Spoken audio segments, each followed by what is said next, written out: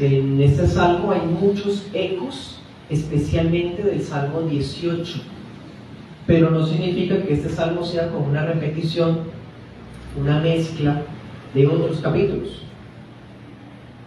Nos vamos a dar cuenta que este salmo conmemora los triunfos de David a lo largo de su vida, especialmente en su reinado. Y al final hace una oración por la prosperidad del país, algo que es único en todo el libro de Salmos. Nosotros sabemos que la gran mayoría de oraciones bíblicas, y especialmente en Salmos, están dirigidas a liberación, hasta imprecatorias, pero son muy contadas las peticiones que se hacen con relación a la prosperidad material. Este salmo es uno de esos pocos. En lo que yo recuerdo, hermanos, es quizás el único. Y ya estamos a punto de terminar el libro. Hace una petición por la prosperidad del país. También vemos que el salmo tiene algunos estilos muy particulares. Por ejemplo, parece una plegaria o una oración. En el versículo 1 parece que fuera un salmo de acción de gracias. Pero, aunque tiene una esencia de todo eso, hay comentaristas que se incluyen más estilos, más géneros dentro del mismo salmo. Pero como sea, hay una sola cosa que resalta por encima de las demás, y es que este salmo es una oración, sí. Una acción de gracias, sí, pero realizada por el rey. En este salmo el que ora es el mismo rey, el monarca. Por eso ese salmo es catalogado como un salmo de la realeza. Bien, así vamos a estudiarlo dentro de esa categoría, un salmo de la realeza. Y de hecho, ya que estamos en la recta final del libro, este capítulo funciona como una transición. ¿Se acuerdan? Hasta ahora lo que hemos visto, el salmo ha ido emocionalmente subiendo, ¿sí?, de la lamentación, y a partir de este 144 ya empezamos a ver un toque de gozo, ¿sí? Todavía hay cierta sensación de nostalgia, o más bien de afán, porque hay una guerra en medio, pero ya la sensación, el tono, la emoción está elevándose para empezar los salmos de alabanza, ¿sí?, los himnos de alabanza con los que termina el libro de Salmos. Vamos a estar estudiando el Salmo 144 en dos partes. La primera, vamos a leer versículos del 1 al 8, plegaria por la intervención divina. Y la segunda parte, versículos del 9 al 15, vamos a titularla Voto y bendiciones del rey. ¿Sí? Vamos a distribuirlo así para el estudio de esta noche. Comencemos. Primer punto, plegaria por la intervención divina. Leamos versículos 1 y 2. Dice: Salmo de David. Bendito sea el Señor, mi roca, que adiestra mis manos para la guerra y mis dedos para la batalla. Misericordia mía y fortaleza mía, mi baluarte, mi libertador, escudo mío, en quien me he refugiado, el que sujeta a mi pueblo debajo de mí. A ver, el salmista comienza su oración bendiciendo a Dios, bendiciendo al Señor por su nombre. Y Yahvé es su roca, el Señor es su roca. Dice la Dios habla hoy, mi protector. Dios es roca de David, pero también es el maestro de batalla.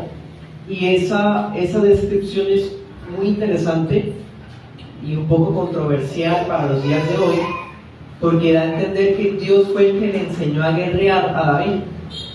Y para la gente hoy día, el concepto de guerra o de pelear, de batalla, es algo impensable en nombre del amor.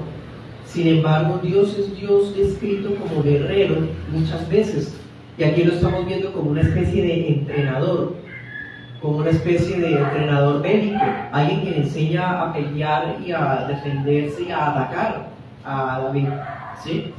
Cuando dice que es mi roca, David está diciendo que Dios es un refugio alto en donde nadie ha podido alcanzarlo, nadie ha podido herirlo.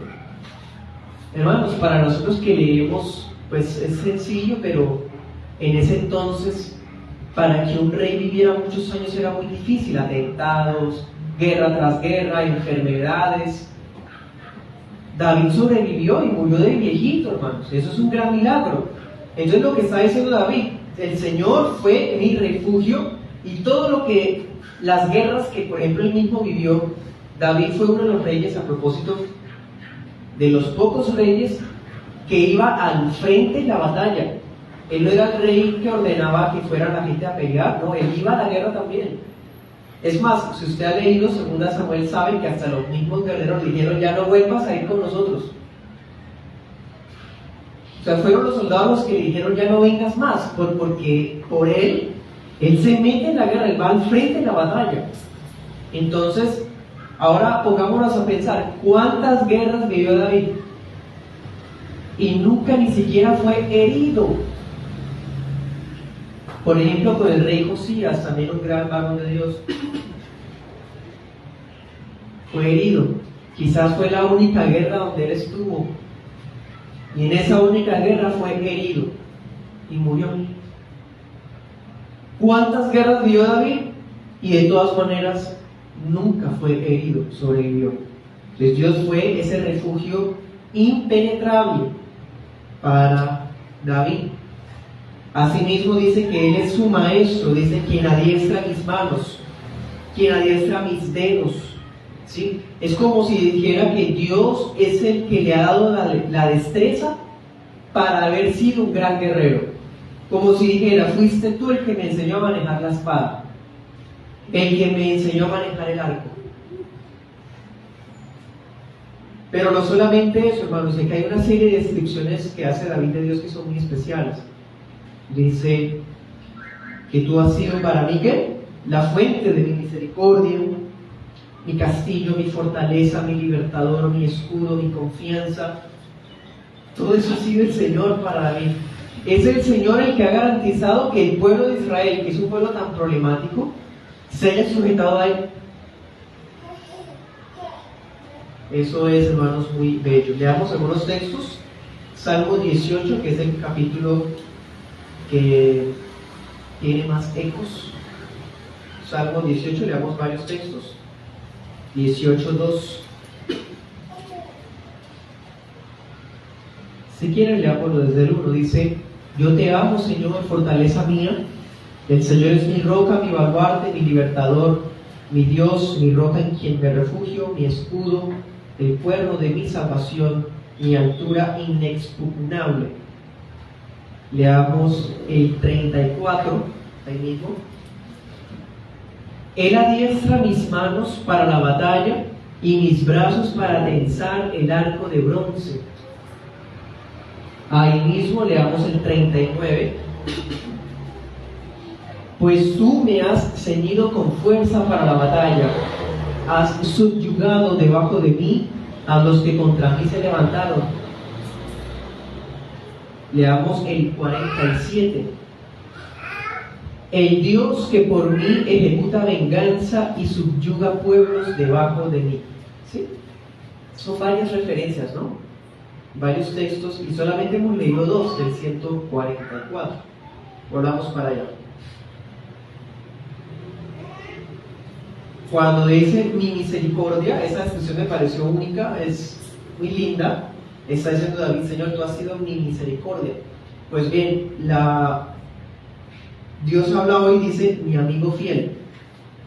Es la única vez que se da esa descripción, mi amigo fiel. Y la Nueva Traducción Viviente dice: mi aliado amoroso. O sea, está hablando en términos de guerra, mi aliado. ¿Sí? Sigamos, leamos ahora versículos 3 y 4. Dice: oh Señor, ¿qué es el hombre para que tú lo tengas en cuenta? ¿O el hijo del hombre para que pienses en él? El hombre es semejante a un soplo, sus días son como una sombra que pasa. Bueno, en pocas palabras, todo lo que David ha logrado a lo largo de sus años especialmente en su reinado, ha sido gracias a la gracia de Dios.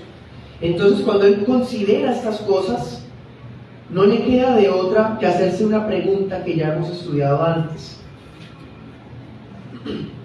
¿Qué es el hombre para que pienses en él y lo estimes? Y eso nos lleva a reflexionar algo, hermanos. Si nosotros somos abrumados por un sentimiento de autosuficiencia, si lo que sale de nuestro corazón es orgullo, entonces vamos a ser incapaces de adorar a Dios. Vamos a ser incapaces de reconocer nuestra dependencia de Él. Pero a pesar de tantas victorias que David ha tenido, él sigue diciendo que Él es un hombre, que Él es un soplo, que Él es una sombra. O sea, nunca perdió de vista que es alguien transitorio, que es alguien frágil, que es un simple mortal. Importante, hermanos. Él sabe que él mismo, David, aunque sea rey, es vanidad. Dice la traducción viviente, un suspiro. Eso somos, un suspiro. Los días del hombre son transitorios como una sombra que declina rápidamente. Así que no tenemos nada de que jactarnos y mucho menos de confiar en nosotros mismos. Dios nos guarde. Leamos algunos textos.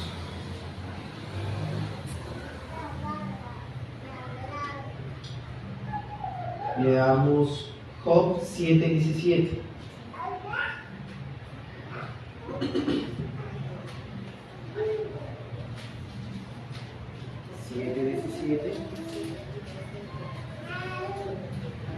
Dice, ¿qué es el hombre para que lo engrandezcas? Para que te preocupes por él. Preocuparse, eso es un antropopatismo, ¿no? O sea, hablando como si Dios tuviera una emoción, una especie de preocupación, pero sabemos que Dios es impasible y no se preocupa. Es una forma de decir que Dios condesciende a mirarnos, a pesar de que no merecemos. Anote este otro, Santiago 4:10. Quizás ese es más directo. Ahí dice que somos vapor. Vapor que pasa. Pues vamos al 144. Leamos ahora versículos 5 al 8. Dice: Oh Señor, inclina tus cielos y desciende, toca los montes para que humeen, despide relámpagos y dispérsalos, lanza tus flechas y confúndelos. Desciende tu mano desde lo alto, rescátame y líbrame de las muchas aguas, de la mano de extranjeros, cuya boca habla falsedad y cuya diestra es diestra de mentira. Bien, en esa parte vemos que David no solamente está recordando las muchas victorias, sino que en ese momento está habiendo una guerra, ¿sí?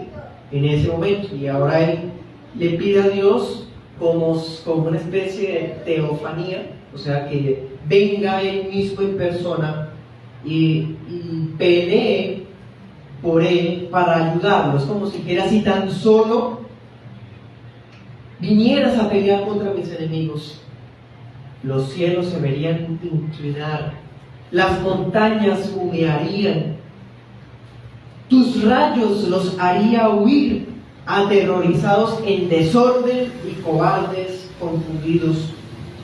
Extiende tu mano desde lo alto y sácame de este mar de aguas. Redímeme de las garras de hombres extraños que usan su lengua y la mentira como armas. Parafraseando la oración de David. Bien, anote este pasaje, Isaías 64, del 1 al 2. Y volvamos a leer el Salmo 18. Hay más versículos que tienen eco. Salmo 18, leamos el 9. Salmo 18, 9.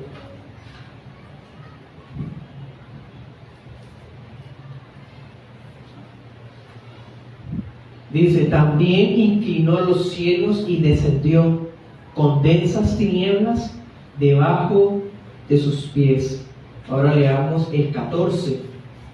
y envió sus saetas y los dispersó, y muchos relámpagos y los confundió. Ahora el 16, extendió la mano desde lo alto y me tomó, me sacó de las muchas aguas. ¿Se dan cuenta? Hay una gran similitud. Y esto, y reitero, no significa que David esté recortando cosas de otros salmos para hacer uno nuevo, aunque bueno, igual él es el propio autor del Salmo 18, sino es más bien una lección para recordar oraciones que hemos hecho antes, hermanos. Es lo que él está haciendo.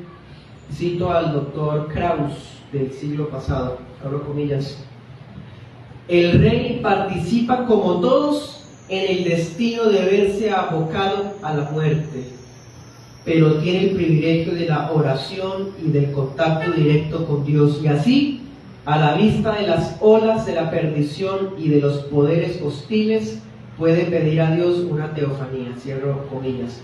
En otras palabras, está abrumado, está rodeado de un montón de enemigos, pero él tiene una relación con Dios tan cercana que hasta puede decirle a Dios: ven y desciende del cielo y pelea por mí. Imagínense eso, hermano. Impresionante, muy hermoso. Vamos ahora al segundo punto: voto y bendiciones del rey. Voto y bendiciones del rey. Leamos versículos 9 al 11 del 144. Dice: oh Dios, un cántico nuevo te cantaré, con arpa de 10 cuerdas cantaré alabanzas a ti, el que da la victoria a los reyes, el que rescata a David su siervo de espada maligna. Rescátame y líbrame de la mano de extranjeros, cuya boca habla falsedad y cuya diestra es diestra de mentira. Dense cuenta que hay una reiteración, ¿no? Del 7 y el 8 se repiten en el 11. Esta es como la petición principal de él en este capítulo. Bueno, él está alabando a Dios, reconociendo su necesidad de él, y ahora le cuenta al Señor que se desató una guerra, que lo necesita, que venga y lo ayude. ¿Sí? Pues bien, en esa parte ahora lo que él hace es hacer un voto. Eso de voto significa una promesa, como diciendo: Señor, yo confío que tú me vas a rescatar, que nos vas a dar la victoria en esta guerra. Cuando eso ocurra, vendremos y te cantaremos una nueva canción, con instrumentos musicales. ¿Sí? Eso es un voto, como comprometiéndose a que, no como quien quiere sobornar o hacer lo que hoy día llaman las sectas, un pacto con Dios. No, aquí lo que él está haciendo es un voto sincero. Si salimos sanos e ilesos, aquí vendremos a celebrar. Y tengan en cuenta que él habla de muchos instrumentos. Él no es capaz de tocar varios instrumentos a la vez. ¿Eso qué implica? Que David no va a estar cantando solo, lo va a acompañar el pueblo, lo va a acompañar los sacerdotes que se dedicaban a los instrumentos musicales. ¿Sí? Mejor dicho, iban a hacer una fiesta de gozo para el Señor. ¿Bien? El cántico iba a ser dirigido al Dios que da la victoria a los reyes, el que ha rescatado de la espada a David, su siervo, muchas veces. Por eso vuelve y dice: rescátame de la mano de mis enemigos. Aquí un paréntesis, algo interesante, cuando dice diestra de mentira, ¿se acuerdan? Eso quiere decir que eran personas que habían hecho un trato con David, un pacto, y lo habían incumplido. Algunos comentaristas dicen que al hacer un pacto entre reyes se daban la mano derecha y con eso sellaban el pacto. Cuando dice diestra de mentira, queda a entender que los que le armaron la guerra, diríamos por acá, fueron traidores que incumplieron la palabra que habían dado. Bien, sigamos leyendo versículos 12 al 15. y concluimos el capítulo. Sean nuestros hijos en su juventud como plantíos florecientes, y nuestras hijas como columnas de esquinas labradas como las de un palacio. Estén llenos nuestros graneros, suministrando toda clase de sustento, y nuestros rebaños produzcan miles y 10,000 en nuestros campos. Esté cargado nuestro ganado, sin fracasos y sin pérdida, y no haya gritos en nuestras calles. Bienaventurado el pueblo a quien así le sucede. Bienaventurado el pueblo cuyo Dios es el Señor. Amén. Y en el Salmo termina con una serie de bendiciones en forma de petición. Recordemos que el rey está orando. Él está orando por el país. Y démonos cuenta que cada una de esas peticiones que él hace eran cosas que Dios ya le había prometido al pueblo. Anote el texto de Deuteronomio 28, 4 al 11. Todo eso que él está diciendo eran las bendiciones por la obediencia. Si el pueblo de Israel era obediente al pacto de Dios, entonces Dios los bendeciría de muchas formas, ¿sí? Aquí David está orando como diciendo: hemos sido fieles al pacto, acuérdate de tu palabra, ¿sí? Primera bendición o primera petición, ¿cuál es? Bendice a nuestros hijos. Y esta petición es muy, hermanos, son de esas cosas que hacen de este capítulo diferente a todos los demás. Compara a los varoncitos con plantas bien nutridas. Para nosotros es un poco inusual, ¿no? Extraño. Anote ese texto, Salmo 92, 12 al 14. Ese pasaje puede ayudar a saber qué significa. Y básicamente lo que significa es que sean varones piadosos, rectos, ¿sí? Que vivan largura de días, saludables, fuertes, ¿sí? Implica muchas cosas. Y compara a las hijas con qué.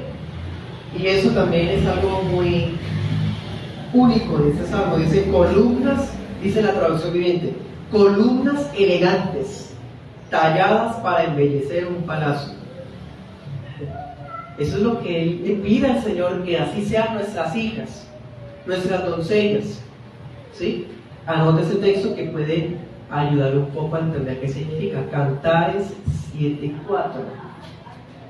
Quizás pueda ayudarle ese texto o quizás pueda confundirlo un poco más. Pero básicamente lo que quiere decir es que nuestras hijas sean no solamente fértiles, santas, sino que también sean bellísimas, hermosas, saludables y también fuertes. Bien. Segunda bendición: que los graneros estén repletos de toda variedad de grano. ¿Sí? O sea, la primera bendición es para los hogares, básicamente. La segunda bendición está más relacionada con las fuentes de ingresos. Dice los graneros, la ganadería, ¿sí? Que se multiplica decenas de millares sobre nuestros campos, ¿sí?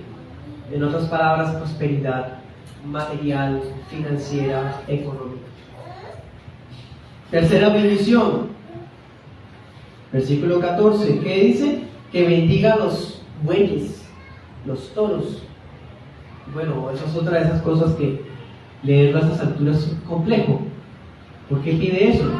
Hermanos, culturalmente, los bueyes eran la mayor fuerza de trabajo para las actividades agrícolas de Israel de hace 31 siglos. Tener bueyes era garantía de hacer trabajos más rápido, ¿sí? Por el simple hecho, por ejemplo, de unos bueyes arrastrar los surcos garantizaba unos buenos sembrados, por ejemplo. Bien. Entonces, lo que están bendiciendo las fuentes de trabajo del país. ¿Qué más pide? Que nuestro país no sufra asaltos ni invasiones sorpresivas.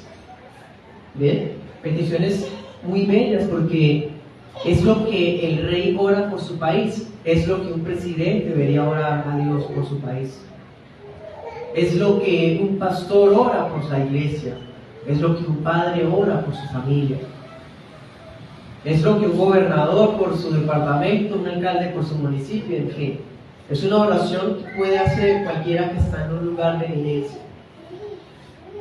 Y termina el Salmo de manera maravillosa, diciendo que todas estas bendiciones son las dichas de un pueblo bendecido por Dios. Bienaventurado el pueblo cuyo Dios es Jehová. Amén. Anote este Salmo 33, 12. Dice lo mismo que estamos diciendo. Para terminar, voy a decir dos aplicaciones. Primera, este salmo nos enseña que Dios bendice a sus hijos de manera individual, pero también colectiva. El rey está orando él personalmente, pero él está orando por toda la nación. Este salmo también nos enseña que hasta los reyes necesitan apoyarse en Dios. Los reyes también son sombras, son simples mortales, necesitan al Dios eterno. Este salmo nos enseña que cuando Dios está de nuestro lado, somos guerreros entrenados por Él mismo, ágiles para vencer.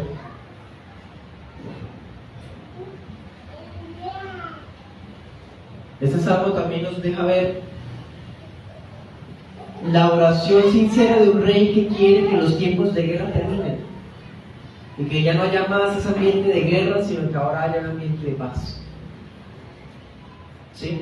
Pues bien, hermanos, esa relación de paz, esa paz de las que los movimientos comunistas y socialistas aprovechan para inundar e infectar al país con sus ideologías malvadas, no se va a conseguir a través de políticas, ni a través de normatividades que den libertad al hombre para que se degrade, se degenere. El Salmo enseña que la paz personal y la paz nacional se consigue en la relación de paz con Dios.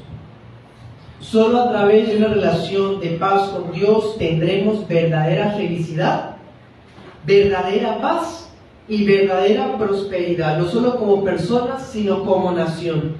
Entre más la nación se aleja de Dios, no solamente se convierte más depravada, sino que también más miserable se vuelve, más insegura y más corrupta. Este salmo también nos deja ver que los hombres son desleales a sus pactos, así como aquellos hombres habían dado su diestra y habían sido mentirosos. El hombre es así, pero Dios sigue siendo fiel al pacto y Él es defensor de los que son defraudados.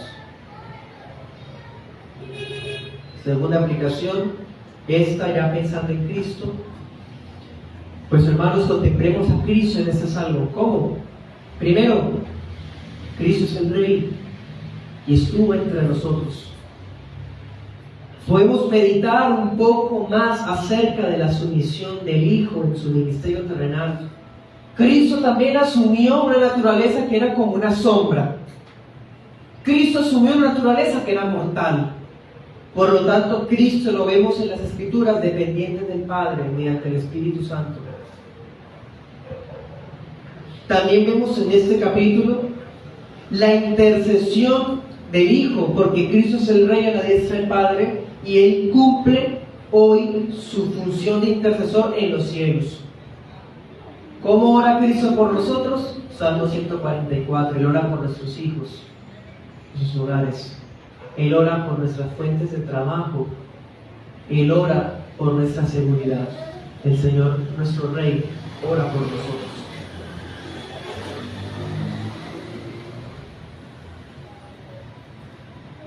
Para terminar, voy a parafrasear algunas frases que vi alguna vez un autor que no recuerdo. ¿Cómo nos sentimos cuando, como hijos, escuchamos en el cuarto al lado que nuestro padre o nuestra madre están orando por nosotros? Se siente especial, ¿cierto? Se siente un respaldo bonito. ¿Cómo nos sentimos? ¿Cómo debemos sentirnos saber que Jesús está orando por nosotros a la diestra del Padre?